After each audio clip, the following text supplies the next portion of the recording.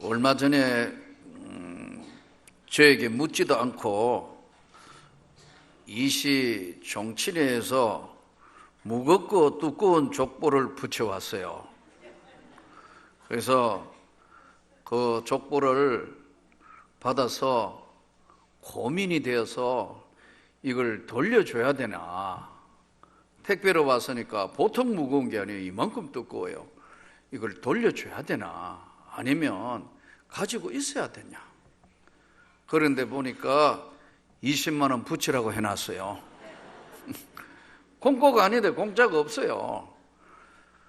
고민하다가 그것도 이시인 줄 알고 보냈으니까 뭐 한국 이시 종친회인가 뭐 보냈는데, 여러분 보낼 수가 없어가지고 할 수 없이 20만 원 또 보내줬어요. 다시 택배로 보낸다는 게 그게 보통 일이 아니니까. 집에 가서 보니까 몇 년 전에 그 사람들 보낸 게 똑같은 거예요. 또 하나.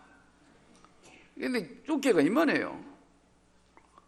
그게 몇 년 전에 받았는데 아직 펼쳐보지도 않았어요. 근데 또 하나 받아가 지금 2개 쌓아냈어요. 혹시 이 시중에 누구 필요하면 하나 더 돌려줄지 모르겠습니다.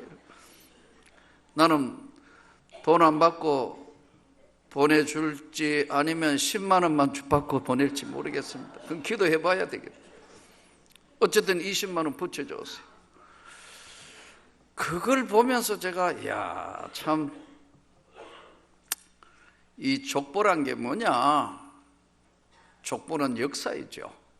한 사람의 생애 속에 나타난 긴 이야기의 내용들이 족보 아니겠습니까? 이 족보는 역사의 이야기고, 또 한 가지는 족보는 출생의 근원을 다루는 것이 족보 아니겠습니까? 오늘 이 본문에 예수님이 족보에 대해서 쭉 신약 성경 마태복음 시작 딱 하면 아브라함과 다윗의 자손 예수 그리스도의 계보라 해서 족보가 오늘 쭉 진행되잖아요. 그러니까 믿음이 없는 사람 제일 처음 성경 읽어본다고 마음 크게 먹고 펼쳤는데, 이게 뭐 낳고 이름도 외우기 힘든데, 우리 족보도 자기 족보도 모르겠는데 남의 족보까지 다 이거 그만 읽다가 덮어버리는 경우도 있어요. 이게 참 신약 성경을 펼치자 말자 족보 이야기가 나오는데, 이 족보가 무엇인가? 이 족보는 성경에 보니까 2가지가 나와요. 하나는 마태복음의 이 족보고, 또 하나는 누가복음의 족보가 나와요. 그런데 조금 다른 것은 마태복음은 아브라함과 다윗의 자손 예수 그리스도의 계보라, 아브라함이 이삭을 낳고로 내려가요. 그 맨 마지막에 이제 쭉 나오는데 마리아에게서 그리스도라 칭하는 예수가 나시니라. 그런데 누가복음 3장 23절부터 38절에는 족보가 그 이상은 하나는 내려오고, 하나는 그 이상은 자꾸 올라가요. 그래서 분류하기 쉽게 마태복음 족보는 뭐 꼭 그런 건 아니지만 내려왔다 그래서 하향식이라 그래요. 또 누가복음에는 올라가 해서 이거를 상향식이라 그런 이야기를 해요. 그러면 이 족보는 역사이고 동시에 출생 근원인데, 예수님의 출생에 대해서 비밀을 밝히는 족보를 이야기하면서 이 족보에 14대로 잘랐어요. 14대요. 오벳을 낳고 이새를 낳고, 이새는 다윗 왕을 낳으니 다윗은 우리아의 아내에게서 솔로몬을 낳고 14대라. 이 족보가, 그러면 이 족보의 지금 가장 핵심인 예수님이 누구냐는 거죠. 예수님이 이 출생 족보에 들었는데, 이 예수님이 신인가 인간인가? 이 논쟁을 정말 긴 시간 동안 기독교 교회사를 통해서 예수님이 누구냐는 것을 증명하기 위해서 수많은 토론을 합니다. AD 325년에 시작한 이 회의는 879년이라는 긴 시간 554년 동안 수많은 논쟁을 해요. 예수님이 누구인가를, 이 족보의 예수님이 신인가 인간인가? 예? 족보에는 돌아서니까요. 인간이다? 아니, 말도 안 된다. 신이다? 그러면 예수님이 신이면 인간은 아닌가? 이 문제를 토론회가 수많은 토론을 합니다.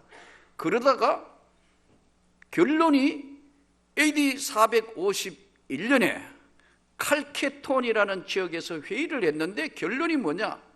예수님은 완전한 하나님이시다. 이 우주와 만물을 모든 걸 창조하신 그분, 하나님이신 예수. 동시에 그분은 인간 역사 속에 들어온 사람으로 태어난 완전한 사람, 완전한 하나님, 완전한 인간. 그분은 우리하고 인간이지만 다른 것이 뭐냐면 그분은 죄가 없는 분이다. 왜냐하면 성령으로 잉태된 분이다. 이거 정리하는데 수많은 시간이 걸리는 거예요. 그 다음에 451년에 칼케톤 회의 이후에는 칼케톤 회의의 확인, 재확인, 확인, 재확인 이거로 끝냅니다. 여러분, 오늘 예수 그리스도가 오늘 아브라함과 다윗의 자손 예수 그리스도로 온 이 족보는 인간의 족보면서 하나님이 인간 세상에 들어온 역사를 지금 족보를 통하여 말씀하고 있어요. 그러면 이 족보에 나온 오늘 족보의 첫 번째 우리에게 주는 교훈이 뭐냐? 족보는 하나님의 시간표예요. 하나님의 시간표는 1.1획도 틀림없이 정확하게 진행하고 계시고 진행해 오셨어요. 우리 여러분 한 사람이 그냥 예수를 믿고 구원을 받은 것 간단한 것 같지만 하나님은 오랜 시간 동안 계획하고 준비하시고 예정하셔서 여러분 가게에 여러분의 시간표에 하나님이 간섭하시고 들어오시는 거예요. 우리 조선 땅 대한민국은 구원받을 길이 없는 족속이고 저 동쪽에 아무것도 없는 가난하고 정말 헐벗은 민족인데 구원받은 하나님의 백성들이, 선교사들이 미국, 캐나다, 호주, 영국 전 세계에서 예수 그리스도를 복음을 전해서 예수 그리스도를 알려야 되겠다고 목숨을 걸고 이 땅에 들어온 거예요. 그 사람들 때문에 누구 믿게 되고 해가지고 오늘 이 시대에 저와 여러분에게 예수의 세계를 알게 하고 믿게 하신 거예요. 족보는 정확한 하나님의 시간표예요. 한 가정이 구원을 받기 위해는 하나님은 오랜 시간 동안 그 시간표대로 진행하신 거예요. 어느 나라, 어느 때, 어느 장소에.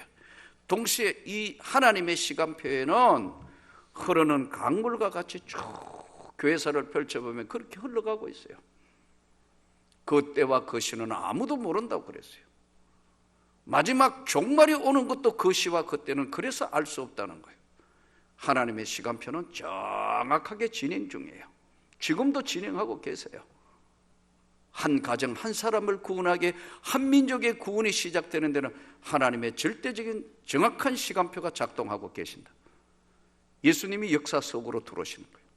오랜 시간 기다리시다가 예수님이 그 하나님의 시간표대로 들어오시는데, 이 시간은, 하나님의 시간은 흐르는 강물과 같아요.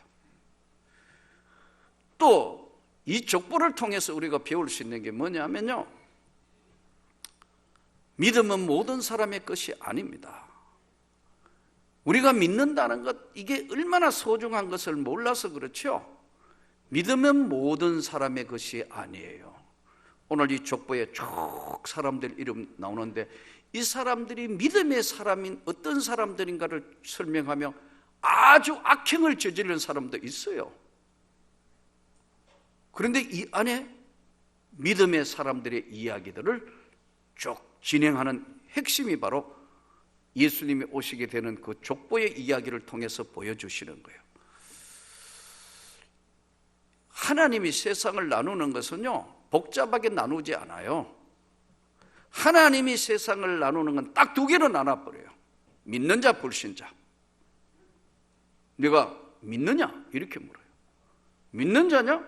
안 믿는 자냐? 딱 하나님이 세상 나누는 건 딱 두 개로 나눠본다니까요. 그러면 아마 여러분들 가운데 무슨 하나님이 이분법을 하시냐? 하나님이 세상 나누는 것은 딱 간단하다니까요. 믿는 자, 불신자. 하나님이 세상을 이처럼 사랑하사 독생자를 주셨으니 이는 누구든지 저를 믿는 자마다 멸망치 않게 하신다. 믿는 자. 그러면 이 족보에서 배울 수 있는 것 중에 또 한 가지는 이 족보가 믿음의 사람의 이야기지 육신의 이야기가 아니에요. 우리나라 족보가 인터넷에 보니까 288개 성씨와 기타로 되어 있는데 기타가 얼마나 많은지 모르겠어요. 그런데 우리 한국의 대표하는 성씨가 뭐죠? 김이박. 외국인들 말대로 남산에 올라가가 돌멩이를 밑으로 던지면은 머리 터지는 게 절반은 김이박이 터진다는 거예요. 김씨 아니면 이씨 아니면 박씨예요. 여러분 또 혹시 김씨, 이씨, 박씨 아니라고 섭섭하게 생각할 거 없어요. 예. 정씨도 있고 고씨도 있고 강씨도 있고 다 있잖아요. 그죠? 예. 여기는 족보의 이야기가 인간 육신의 족보가 아니고 생명책에 기록되는 영혼의 사람들의 다른 사람들의 이야기, 바로 다른 족보 사람들의 이야기를 다루고 있는 거예요. 믿음의 사람들 이야기예요. 그런데 이 족보를 다시 들어보니까 참 신기한 게 유대인들은 대단히 죄송하지만 여자분들은 족보에 안 넣었어요. 우리나라도 예전에 여러분 여자분들은 족보에 한 세기만 해도 족보에 안 들어가잖아요. 그잖아요? 네. 성경에 보면요, 출애굽할 때 장정만 60만 이렇게 했거든요. 500의 기적도 먹은 자 남자만 5,000명. 여자는 어디로 안 먹냐? 어디로 가버렸냐? 애들하고 암쳐버린다고. 그러니까 이만큼 이거는 남녀 차별의 문제가 아니라 관습의 문제란 말이에요. 그런데 이 예수님의 족보에는 여자의 이름이 들어가 있어요. 그러니까 이게는 육신의 족보 이야기가 아니고 믿음의 사람의 이야기고 하나님의 생명책의 시간표의 사람들, 믿음의 사람 이야기예요. 이게 바로 저와 여러분의 이야기입니다. 여러분, 저와 여러분 하늘나라에 구원받은 하나님의 백성들의 예수를 믿는 사람들의 이야기를 지금 다루고 있다는 거예요. 아브라함과 다윗의 자손 예수 그리스도의 세계고, 또 보니까 그런 적 모든 대소가 아브라함부터 다윗까지 연례되고, 다윗부터 바벨론으로 사로잡혀 갈 때까지 연례되고, 바벨론으로 사로잡혀 간 후부터 그리스도까지, 예수까지 연례되더라. 역사 속에 들어오신 예수를 말씀하고 있는 거예요. 그래서 우리가 이 믿음의 사람들의 이야기들을 다루는데 왜 갑자기 여자 이야기가 이 안에 들어와 있냐는 거예요. 그러니까 육신의 족보 이야기가 아니죠. 제일 첫 번째 나오는 여자분의 이름은 3절에 유다는 다말에게서 베레스와 세라를 낳고, 다말이 누구냐면 유다의 며느리예요. 세상에 며느리하고 시아버지 사이에 애기 나왔다니까. 이게 여러분 오늘날도 여러분 세상에 어찌 이런 일이 지금 나갈 건데 율법을 지키는 유대 나라에 이게 말이 됐냐는 거예요. 그런데 안에 들어가 보면 기막힌 사연이 있는 거예요. 이 다말이라는 여자는 유다의 며느리로 갔는데 남편이 죽어버렸어요. 그럼 오늘 이야기하면 청산 과부가 된 거예요. 혼자 살아야 돼요. 그런데 유대 나라 계대법에 의해서 만일에 여자가 홈놈이 되고 자식이 없으면 시동생이 자식을 형수에게 아이를 낳아줘서 그 가정이 이어지게 하는 계대법이 있었어요. 그런데 그 시동생들이 하고 난 시동생들이 안 하는 거예요. 그래서 성경에 보면 아주 낯뜨거운 그런 근기가 나와요. 땅에 설정하매 이렇게 기록되어 있다. 이게 참 얼굴이 붉어질 정도로 악한 걸 보고 하나님이 죽여버리신다. 그거 보고 유다는 아이고 이거 막내까지 그냥 막내까지 같이 하면 다 죽어버리고 큰일 나겠다 해서 친정집으로 돌려보냅니다. 다말은 가게를 이어야 되겠다는 여인의 간절한 소망으로 시동생을 아이 낳게 안 해주니까 시아버지를 끌어들인다. 그게 유다와 다말의 이야기예요. 만일 유다가 알았다면 절대 그런 일이 없는데 유다도 혼자 돼가 쓸쓸한 날이 있는데 그것을 다말이 끌어들여서 아기를 갖게 한다고요. 윤리 도덕적으로 보면 빵점이에요. 돌 맞을 짓을 했어요. 그런데 이 여자가 어떻게 족보에 들어오느냐? 믿음이 있다는 거예요. 이후에 다말의 삶의 이후에 대해서는 이야기는 없지만 절대로 다말은 그 일 후에 수절했더라. 깨끗하게 살았다는 거예요.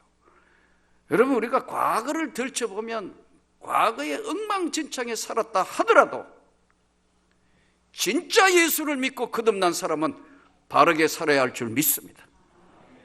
이게 성경이 우리에게 주는 교훈이에요. 과거는 묻지 않는 거예요. 과거에 무엇을 했든 어쨌든 진짜 주님으로부터 거듭나고 난 이후의 삶은 다른 삶이다. 그래서 이것이 다른 족보의 사람들 이야기예요. 또 하나는 보니까 이 기가 막힌데 5절에 보니까 살몬은 라합에게서 보아스를 낳고 보아스는 루색에서 오벳을 낳고 오벳은 이새를 낳고 라합이라는 여자는 여호수아서에 보면 기생 라합 이렇게 기록되어 있다. 그러니까 이거 기막힌 인생 여자들의 이름이 자꾸 들어오는데 이 사람 기생 라합이라는 이 여자의 인생도 기구한 인생 아니겠어요? 누가 기생하고 싶어 하는 사람이 있겠습니까? 환경이 그랬던 어떻든 이 삶은 고달픈 삶인데 라합이라는 여자가 정탐꾼을 숨겨주는 겁니다. 간단한 문제 같지만 정탐꾼을 숨겨줘서 문제가 생길 때는 일가족이 큰 화를 당할 수 있다. 그런데 라합이 그렇게 이야기해요. 그대들의 하나님은 상천하지의 하나님이라. 우리가 듣고 간담이 녹았도다. 나는 그 하나님에게 내 일생을 던진다. 삼태기에 숨긴다고요. 그리고 정탐꾼을 살려서 돌려보냈는데 정탐꾼들이 이렇게 이야기합니다. 나와 약속을 해라. 붉은 줄을 창에 달아내리며 그 안에 있는 사람은 살려준다. 여호와 하나님으로 맹세한다. 이 붉은 줄을 달아낸 것을 우리는 신학에서는 이것을 개약신학이라 그러는데 예수 그리스도를 예표하고 있다고 그래요. 여러분, 이 라합이라는 여자 모든 사람들에게 윤리나 도덕적으로 참 흠이 많은 여자인데 이 여인도 하나님의 족보에 들어오는 거 보면 라합도 그 이후의 삶은 틀림없이 주님을 기쁘시게 하는 삶으로 바뀌었을 거예요. 그래서 오늘 성경은 과거를 묻지 않는 거예요. 보라, 이전 건 지나갔으니까 새 것이 되었다. 그런데 우리 교인들끼리만 계속 과거를 파괴하는 거예요. 저거 과거에 뭐 했는데 저거 뭐냐? 여러분, 그러면 안 되는 거예요. 지금 예수 믿으면서 잘못하면 그러면 안 돼요. 이래지 과거지사에 있는 것으로 발목을 잡아서 신앙생활에 장애가 되면 안 된다는 거예요. 그러므로 여러분, 서로 다 용서하고 안아줄 수 있기를 축복합니다. 과거에 어떤 상처와 어떤 아픔이 있다더라도 나는 지금 예수로 인하여 믿음으로 세상을 새로 산다 하면 교회 안에는 모든 허물을 덮으셔야 되는 거예요. 모든 것을 사랑으로 덮고 세워야 된다는 거예요. 그런데 과거에 어떻게 했고 뭐 어떻게 했고 뭘 어떻게 때문에 되니 안 되니 잣대를 함부로 갖다 대고. 믿음이 좋은 사람들에게 제일 조심해야 될 게 뭐냐면요, 교만이에요. 비판하는 교만이에요.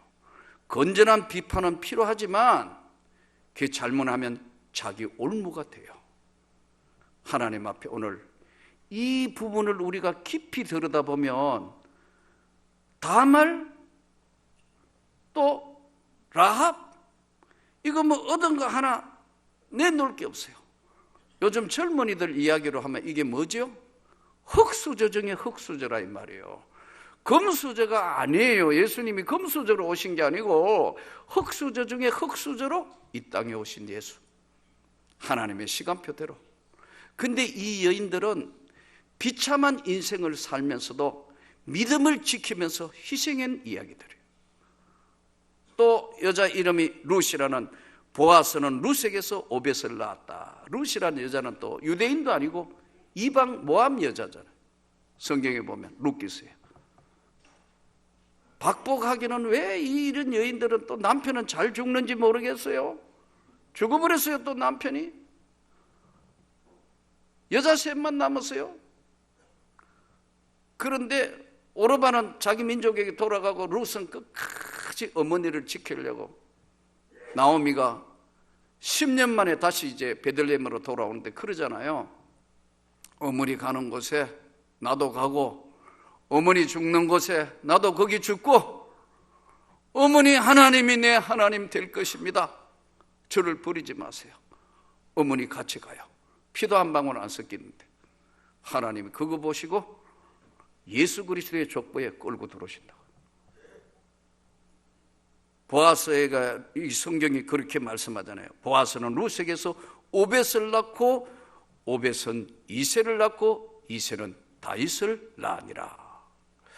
이 여인이 이방 여자고 아무것도 아닌데도 그 신앙 고백하는 것을 보고 하나님의 족보로 들어오게 하시는 하나님. 또 제일 골치 아픈 족보에 차라리 이거 지어버리면 좋겠 싶은 이새는 다윗 왕을 낳으니라. 다윗은 우리아의 아내에게서 솔로몬을 낳고, 우리아의 누구예요? 아예 이름도 빼버리고 그냥 족보에도 우리아의 아내다. 다윗의 아내가 아니고 우리아의 아내. 성경에 보니까 이 여자의 이름이 바세바라는 여자예요. 이건 더 낯뜨거운, 정말 성경에 이런 이야기는 안 썼으면 좋겠다 할 만큼 이런 여자인데도 다윗이 모르게 불륜해서 난 이 자식을, 하나님의 첫 자식은 죽입니다. 그리고 두 번째 태어나는 게 솔로몬이에요. 그러면 이거 절대로 잘한 게 아니거든요. 다윗은 이미 하나님을 믿었기 때문에 그런 죄를 범했는 건 하나님이 다윗의 생애를 뭉개버려요. 여러분 절대로 죄 짓지 마시기를 축복합니다. 알고 짓는 죄는 절대 하면 안 돼요. 하나님을, 나를, 성경에 보면 다윗에게 하나님이 너가 나를 만홀히 여겼다는 거예요. 하나님을 도전했다는 거예요. 그래서 그 생에 그 집안에 칼이 떠나지 않고, 자식이 아버지 죽이겠다고 왕가 뺏겠다고 쫓아오고 다윗이 온갖 고통을 겪습니다. 그러나 그 다윗이 끝까지 하나님 앞에 회개하니까 하나님 버리지 않으신다는 거예요. 또 이 우리아의 아내라고 지금 바세바라는 이 여자는 수동적일 수도 있고 능동적일 수 있지만 다윗의 아내가 되어서 후궁이 됐겠죠. 그 삶에 있어서 하나님이 그래도 솔로몬 왕가로 이어지게 하는 거 보니까 과거에 잘못했던 것, 족보를 통하여 배울 수 있는 것은 우리가 알게 모르게 지은 죄가 있으면 이 한 해를 출발해서 두 번째 오늘 주에 믿음의 족보의 사람들은 믿음의 사람들 이야기고, 삶이 아무리 팍팍하고 어려도 절대로 믿음 저버리면 안 된다. 동시에 내 삶에 내가 마음에 너무 이래서는 안 되겠다, 마음의 양심에 끓이낀 거나 아픔이 오면 철저하게 주님 앞에 회개하여 세마포 갈아입는 심정으로 새로운 출발이 될 수 있도록 이 펼쳐질 한 해 동안 저와 여러분이 하나님 앞에는 숨기는 죄가 없도록 예수 앞에 나와서 주님, 내가 이런 잘못도 있습니다. 과거의 죄는 이미 용서받은 것이고 그 과거의 내 죄를 자꾸 끄집어낸 사람은 나쁜 사람이에요.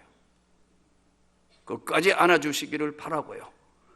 혹시라도 우리가 자기도 모르게 지은 혈기나 지은 모든 것들이 있다면 다 내려놓고 족보에서 지워지지 않는, 어차피 하늘나라 생명책에 기록된 저와 여러분은 주님의 영광을 위하여 살아야 할 줄 믿습니다.